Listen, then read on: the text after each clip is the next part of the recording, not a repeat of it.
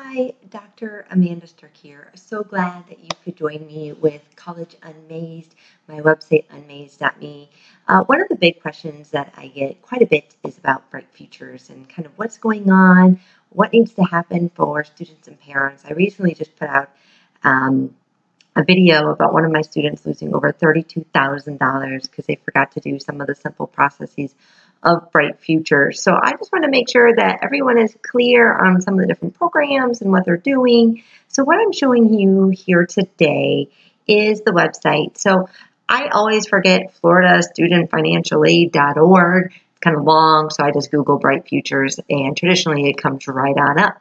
So one of the things that I would really suggest for parents and students is definitely go to this website. Now, it is a state-funded website, so it is a little clunky, but they have laid it out really nice. One of the first things that I like to show parents is the initial eligibility requirements for all the different scholarships they have. So now, Bright Futures was actually created through the Florida lottery system. So people, buy their lottery tickets, and in turn, this money goes right back into scholarships for students here in Florida, which is really cool. So here it really breaks down, this nice little PDF handbook breaks down what you get, what are some of the general requirements. So for example, there's really two top tiers that students are looking for. First is the Florida Academic Scholars, the FAS. Now the FAS is the highest tier. Currently for this year, it is 100% tuition plus a $300 stipend. Now, going through the legislative session right now is to solidify that amount, and so that all students from this year on out continue to get that. So I have seen that both on the college and the university side, as I've been working with the legislature, because I'm trying to add another group of students that are not included in this, and that would be the early admission students for their AA.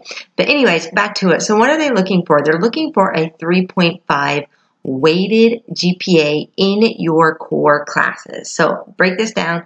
That's English, that's math, science, social studies, and foreign language. If you don't know about your recalculated GPA, I have a video on my channel, talked about recalculated GPA, and then I have a really great article as well, recalculated GPA, and I definitely suggest that you figure that out because that is what universities here in Florida are looking for.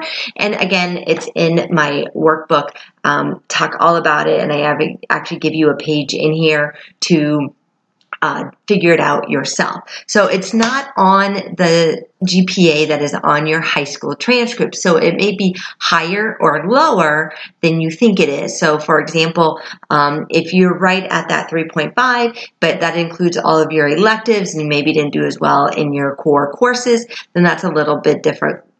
You could have a different GPA than what you think going into this.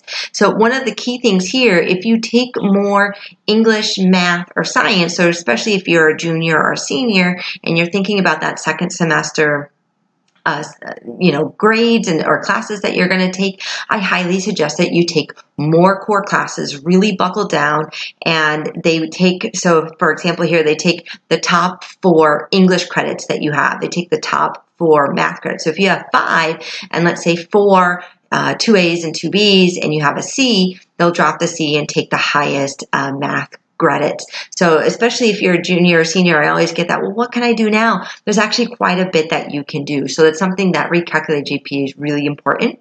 And then you have the Florida Medallion Scholars, which is the second tier, which right now is about $79, $80 per credit. So it averages out to about $1,800 for students today. And that's a 3.0 recalculated weighted GPA. So, and then there's 2 other factors that they're looking for as well. They're looking for an ACT score or SAT score. For that top FAS, it's a 29 or a 1290, and that's in the reading and writing and math categories.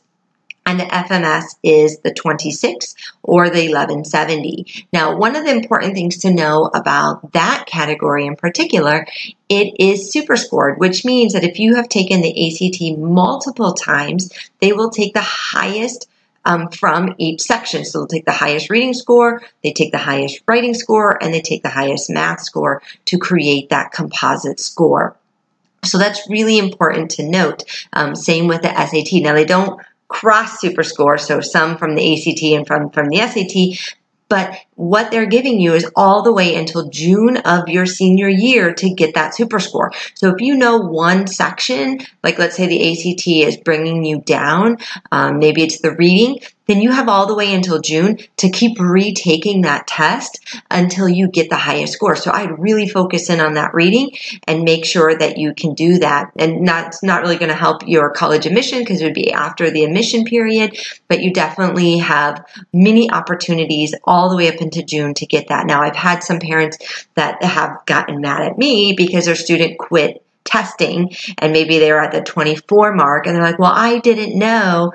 Yes, I'm telling you right now that you can retake it as many times as you want. You just got to pay for it. But now with that top tier being, and the FAS and the FMS being such a difference, $1,800 versus almost $7,000, if you can jump and keep working towards that top tier, it's even better. So it might be a point where, you're kind of getting into the January, February time, and you're still not getting that score, maybe to hire a personal one-on-one tutor, because financially, it's really going to benefit you to get in that top tier.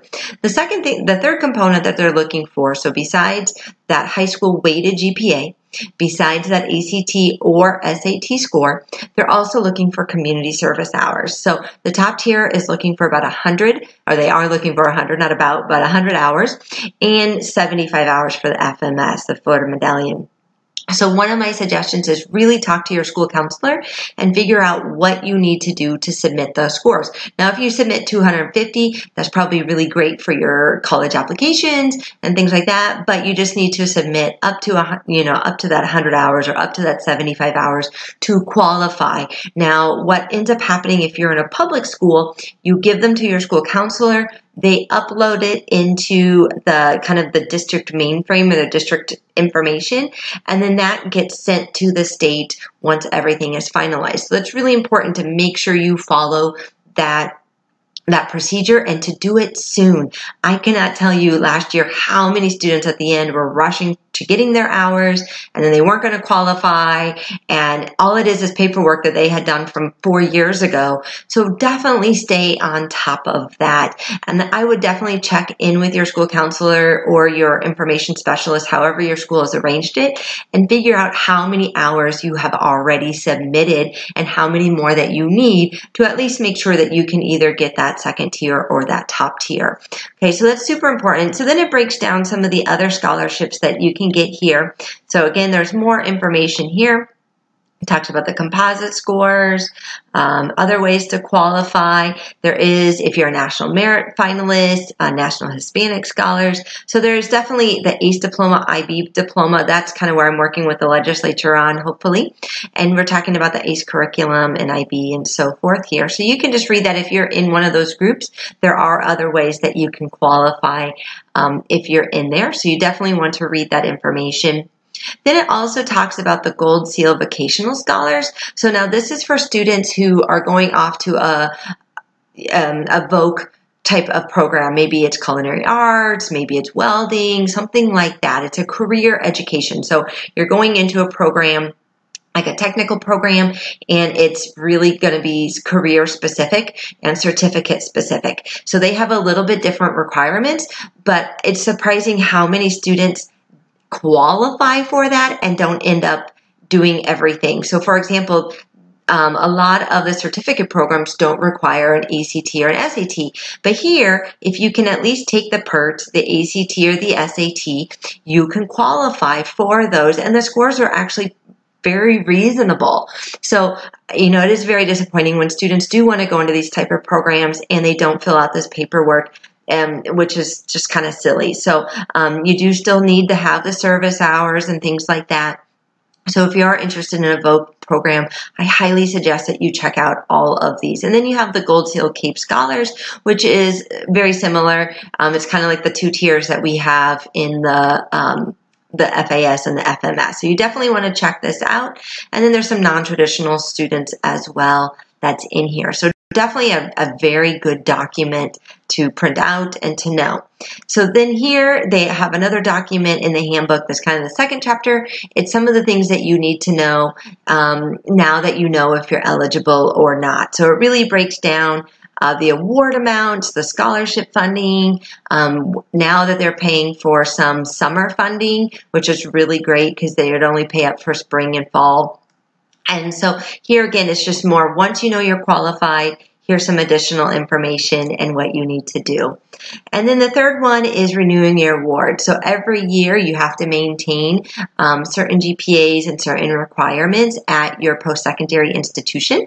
And so this is something that you definitely want to keep tabs on, so that way you don't lose that scholarship once you get to a university. I was just talking with somebody the other day, and their son had gone off to UF, hadn't done very well, and they actually lost their Bright Future Scholarship. So one of the things that I like is here, this is a nice, easy chart of eligibility. I know it's a lot of data, a lot of information, but it definitely shows you most students now are going to be in this 2016 and 2017 hereafter, and it basically just breaks down what we just talked about.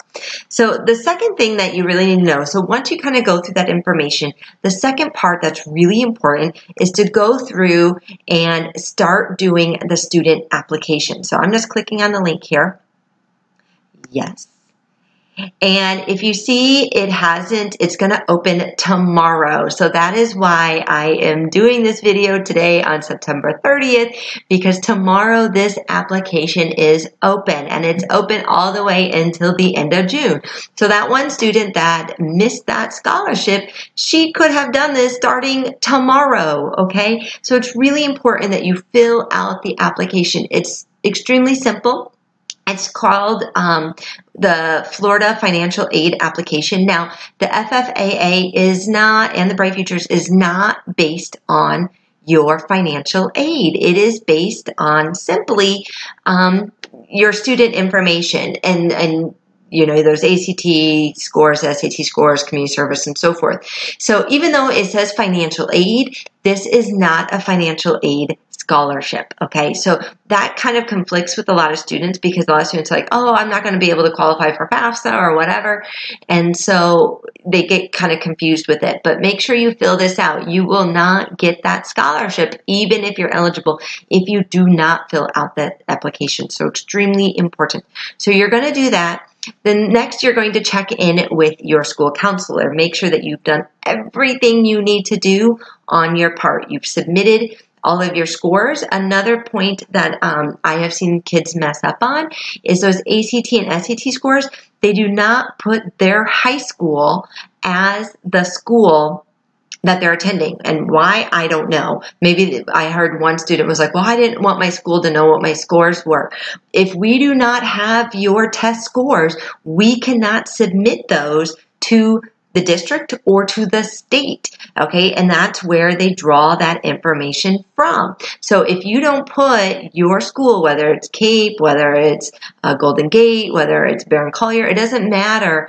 If you don't put that school on, the state is not going to get your test score. So please make sure that you do those two things. You fill out the application, that when you're testing, you're putting your high school down as your high school, and 3, that you're checking in with your school counselor to make sure you have done all of the community service requirements and you've submitted the correct documentation. I know here in Lee County, it's a little cumbersome. You have to get like a pre-approval, and you have to write like a little reflection.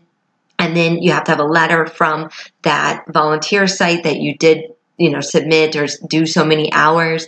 And then that information goes to the school uploads those hours, and then you just kind of sit and wait. And again, you have until June to get those test scores and the hours and so forth. So what ends up happening starting in the spring, they're going to start polling information a few times in the spring. So I believe one's like in January, one's in March time, and then one's in that June time. So the state keeps pulling that information, and hopefully the sooner you get it in, the sooner you don't have to worry about it.